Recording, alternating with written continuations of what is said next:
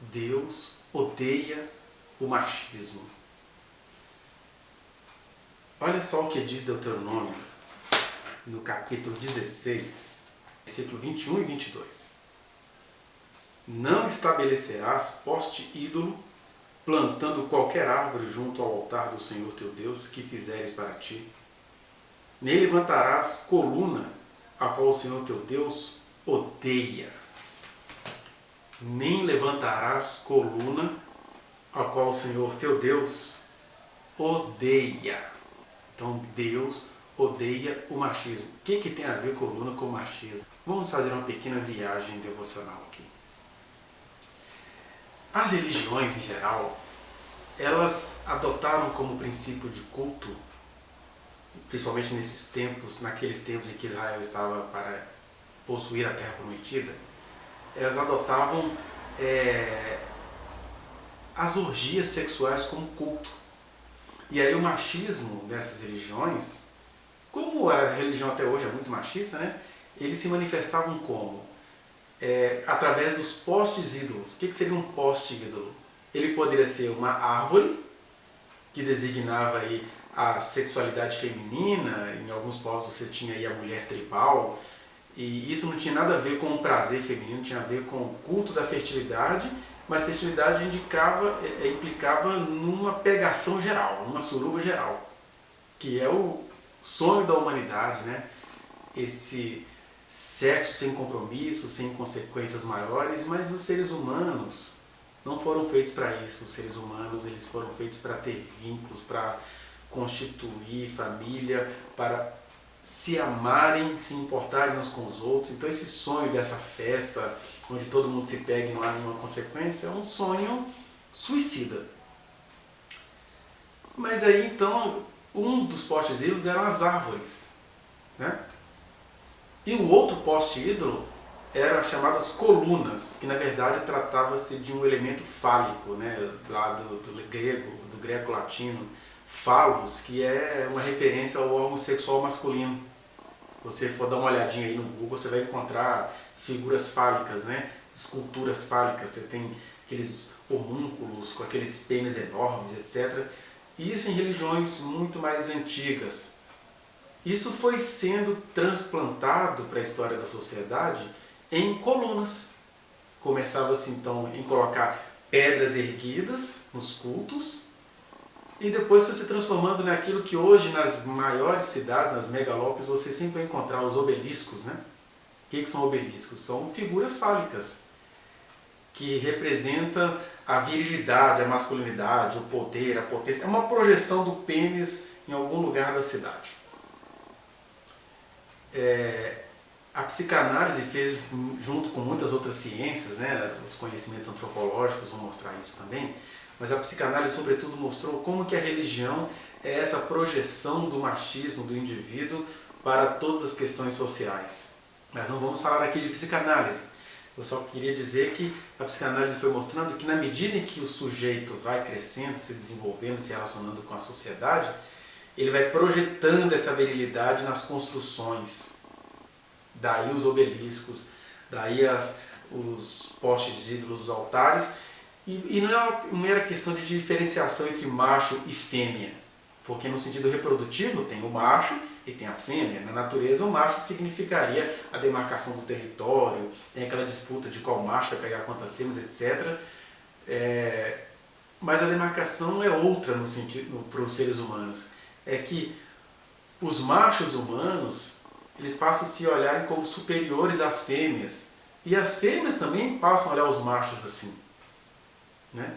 E isso tudo é transportado para as construções sociais, para a nossa vida em sociedade, e também foi transportado para os cultos, para as práticas de veneração. Até esse nome veneração vem da deusa Vênus, né?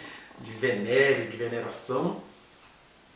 E aí o elemento fálico é uma constante nesses cultos mais primeiros da história da humanidade. E até hoje algumas religiões adotam isso, né? Essas peças que têm tanta simbologia muito masculina, né? O que eu falo, o obelisco aqui em Belo Horizonte, a gente tem o obelisco da Praça 7, que é conhecido como o pirulito da Praça 7, numa alusão claramente fálica, né? E aí, de um lado, tem essa demonstração de força, poder da virilidade masculina, e de outro lado tem essa banalização feminina, que era praticada debaixo das árvores. Né? Por isso que os profetas usavam essa figura, que o povo de Deus tinha se prostituído debaixo de toda a árvore frondosa. Então, no meio desse bacanal todo, Deus chega e fala assim: vocês, quando estiverem na terra de vocês, vocês não vão levantar coluna, porque eu odeio. Eu odeio. Deus odeia a coluna. Ele teve esse cuidado de dizer: gente, vocês não vão praticar essas coisas que diminuem a mulher, fazendo-a ser um ser passível de muitas orgias, e exalta o homem como, além de ser o dono de toda a sexualidade, também o dono da vida, o dono do poder, o dono de tudo. Claro que isso, no desenvolvimento da nossa fé, vai havendo vários degraus de acordo com o que o ser humano convertido vai deixando Deus atuar ou não na vida deles. Né?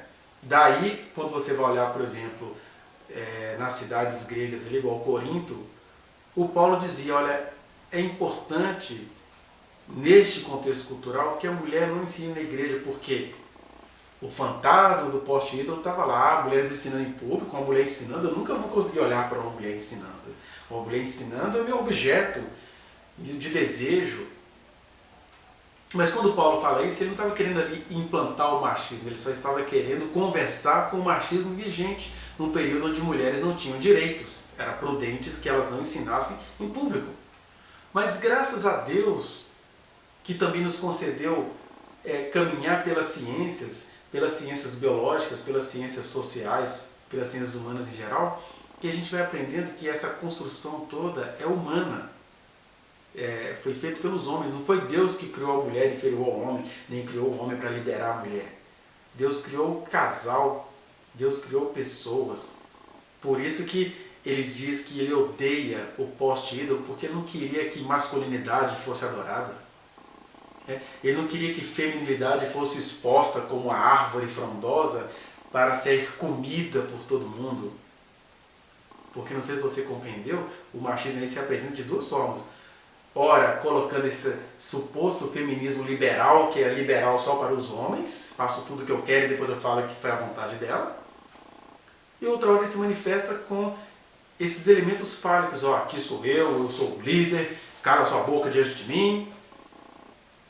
E aí Deus chega e fala: vocês não vão levantar coluna, porque o Senhor teu Deus odeia.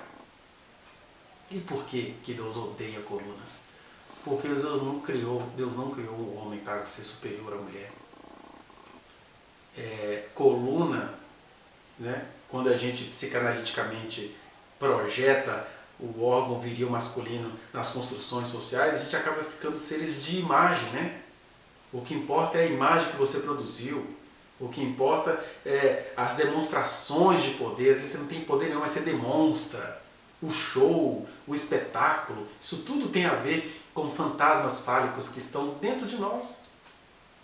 Mas que aqui, falando da devoção ao Senhor, cada um de nós pode corrigir isso de joelhos, na nossa intimidade, falando: Senhor, eu só quero ser um homem cheio do Espírito Santo, eu não quero ser macho no sentido de ficar propagando a minha virilidade. Por quê?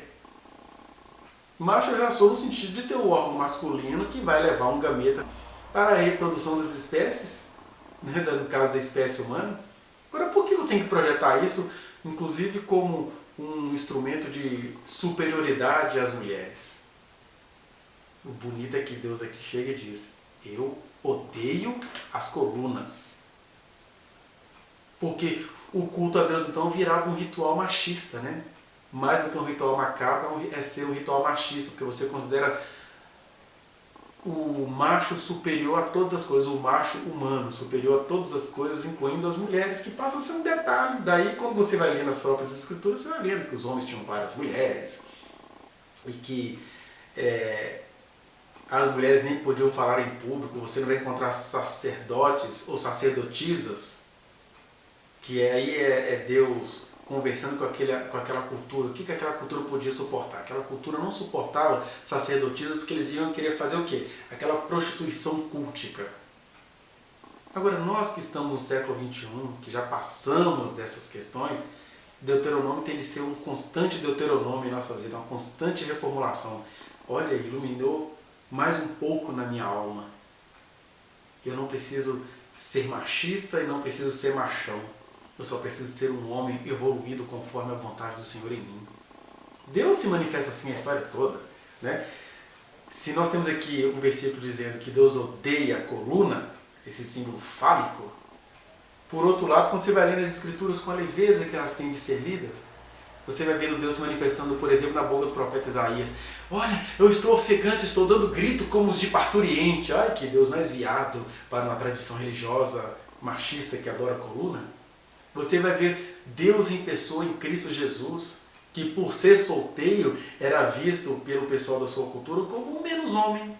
Para os judeus, um homem que não se casava, ele era menos homem, ou seja, ele era um viado. E Jesus não estava nem aí para essa feminilidade que lhe era atribuída, porque ele estava dizendo o seguinte: pouco importa se você precisa ter um falo para mostrar. Falo não é para mostrar.